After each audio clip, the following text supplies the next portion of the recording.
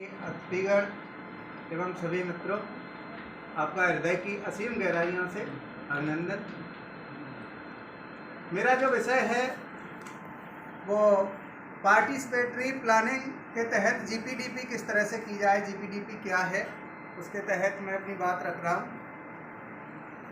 मित्रों, सबसे पहली बात, इसे 3-4 चरणों में मैं कहूँ तो जीपीडीपी की आवश्यकता क्यों पड़ी। सर्वविदित है, हम सभी जानते हैं, आज़ादी के बाद पंचायती राज हमारे संविधान में आया लोकतांत्रिक विधि से, लेकिन वह लोकतंत्र जहां तक पहुंचना चाहिए, आम व्यक्ति तक जिसकी भागीदारी होनी चाहिए नियोजन और निर्णय की प्रक्रिया में, वो सही तरह से अभी तक नहीं आ पाया।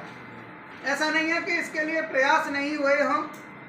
उत्तर प्रदेश सरकार का 1947 में जो अधिनियम बना पंचायतों को लेकर के, उसकी धारा 15 में ये स्पष्ट लिखा था कि पंचायतों के माध्यम से, ग्राम सभा के माध्यम से नियोजन व निर्णय की प्रक्रिया में भागीदारी सुनिश्चित हो, लेकिन वो नहीं हो पाई। उसके बाद 1952 में सामुदायिक विकास कार्यक्रम चले नेहरू सरकार में, वो भी सही तरह से लागू नहीं हो पाए। सबको पता है, बलवंत राय मेहता आयोग की समिति ने त्रिस्तरीय स्तरीय पंचायत प्रणाली की अपने आख्या प्रस्तुत की। उसके उपरांत भी अशोक मेहता समिति के बाद भी 1992 में आकर के संवैधानिक तौर पर हमारी पंचायतों को 1992 में संविधान में हिस्सा मिला। 23 अप्रैल 1993 को पूरे हमारे प्रदेश में पंचायती राज की वो अवधारणा थोड़ा सा स्पष्ट हो सकी।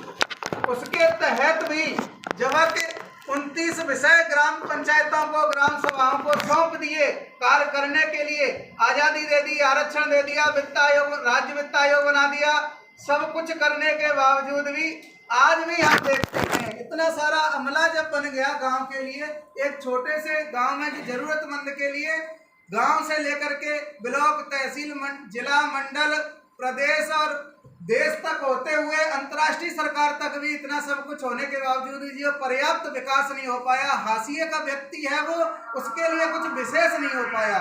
इसलिए आवश्यकता पड़ी कि लोकतंत्र को सही मायने में स्थापित करने के लिए और गांव के समग्र व समेकित विकास के लिए गांव के लोग स्वयं ही अपने गांव की विकास योजना बनाएं, उसी को ग्राम पंचायत विकास योजना कहते हैं। उस जीपीडीपी के तहत यह प्लान किया गया है कि गांव के सब लोग ग्राम सभा के मिलकर के अपने गांव के विकास की स्वयं योजना बनाएं। उनको क्या जरूरत है, क्या प्राथमिकता में है, क्या सेकेंडरी है, इसके लिए उन्होंने ये प्लान तैयार किया जीपीडीपी। इसके तहत हमें पता ही है कि जैसे 1993 में जो संविधान संशोधन 73वां हुआ, उसके अनुच्छेद 243 के 6 में ये उल्लेख है कि ग्राम सभा के जो मेंबर्स हैं, गांव में जो शिक्षित लोग हैं, कोई टीचर है, कोई रिटायर्ड अधिकारी हैं, कोई पूर्व प्रधान है, ये सब मिलकर के गांव की एक फैसिलिटेटर टीम बना करके अपने गांव की ग्राम पंचायत विकास योजना तय करेंगे।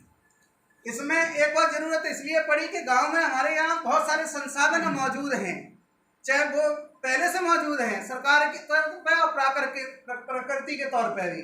जैसे कि वित्तीय संसाधन पर्याप्त मात्रा में मिलने लगे हमें राज्य वित्त आयोग द्वारा, केंद्र सरकार द्वारा और विभागीय द्वारा। उसके बाद संरचनात्मक संसाधन, नाली, खड़ंजा, बिजली, पानी, स्कूल, सब कुछ पर्याप्त मात्रा में बन गया। प्रकृति ने भरपूर सब कुछ दिया है, स्कूल बन गए, लेकिन उसका सदुपयोग नहीं हो पा रहा था। तो जीपीडीपी के माध्यम से ये तय किया गया कि गांव में पारदर्शिता आए, गांव के लोगों की जन सहभागिता बने, उसमें अपने गांव की विकास की योजना में उनकी सहभागिता हो। दूसरा, गांव में जितने भी संसाधन मौजूद हैं उनका सदुपयोग हो सके गांव के विकास के लिए। और तीसरा, एक बहुत सारी चीज छूट रही थी हमारे देश में, आपने देखा होगा गांव में भी बिजली, पानी, बहुत सारी सुख सुविधाएं पहुंच गई, लेकिन एक विकास छूटता जा रहा था, वो है सामाजिक विकास। सामाजिक विकास का जो पहलू है उसके लिए भी जीपीडीपी में अलग से प्रावधान है, जैसे लो कॉस्ट और उसमें जीरो कॉस्ट वाली बात होती है ना, वो इसीलिए होती है कि सामाजिक विकास के लिए जैसे नशा मुक्ति का अभियान चलाना है, महिला सशक्तिकरण का चलाना है, कुपोषण के लिए चलाना है, बहुत सारे जो अभियान जीपीडीपी के तहत हम लेते हैं उसमें ज़्यादा खर्चा नहीं आता। एक और विशेष बात यह है कि जीपीडीपी ना कि केवल एक योजना है, जीपीडीपी एक सतत निरंतर चलने वाली एक प्रक्रिया है। एक भ्रम और आ जाता है हमें कि हमें से और योजनाओं की तरह जीपीडीपी को लेने लगते हैं, लेकिन जीपीडीपी मात्र एक योजना नहीं है, यह एक प्रक्रिया है। इसके अंतर्गत तो बहुत सारी योजना हम गांव के लोग बना सकते हैं, वो योजनाएं जो गांव के समग्र व समेकित विकास में सहायक हो सकती हैं, पर्यावरण के लिए सहायक हो सकती हैं, बच्चों के लिए, महिलाओं के लिए, बुजुर्गों के लिए।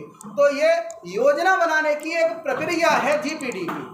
तो मैं जहाँ तक समझता हूँ तो जैसे जाना है कि अगर गांव में तमाम सारी जैसे समस्याएं हैं, तमाम सारी समस्याओं से हम जूझ रहे हैं, लेकिन अगर जीपीडीपी की प्रक्रिया अच्छी तरह से बन सके, ग्राम सभा में अनुमोदन होकर के जो इन 9 चरण होते हैं, जैसे पहला उसमें 9वें चरण में सबसे पहले एक फैसिलिटेशन टीम तैयार करना, फिर वातावरण निर्माण तैयार करना, फिर ग्रुप डिस्कशन करना, ग्रुप डिस्कशन के बाद मानचित्रण करना, फिर उनको सांख्यिकी के तौर पे आंकड़े एकत्रित करना, फिर प्राथमिकीकरण करना, फिर उसको अनुमोदन के लिए खाका तैयार करके अनुमोदन के लिए ग्राम सभा में देना, उसके बाद में फिर पंचायत के माध्यम से उसको पूरी तरह से लागू करना, उसका अनुश्रवण करना। ये सभी जो प्रक्रिया के तहत अगर जीपीडीपी बन जाए तो हम ये बहुत ही सुनिश्चित तौर पर कह सकते हैं कि हमारे गांव में वही खुशहाली आ जाएगी जो गांधी जी ने, नेहरू, विनोबा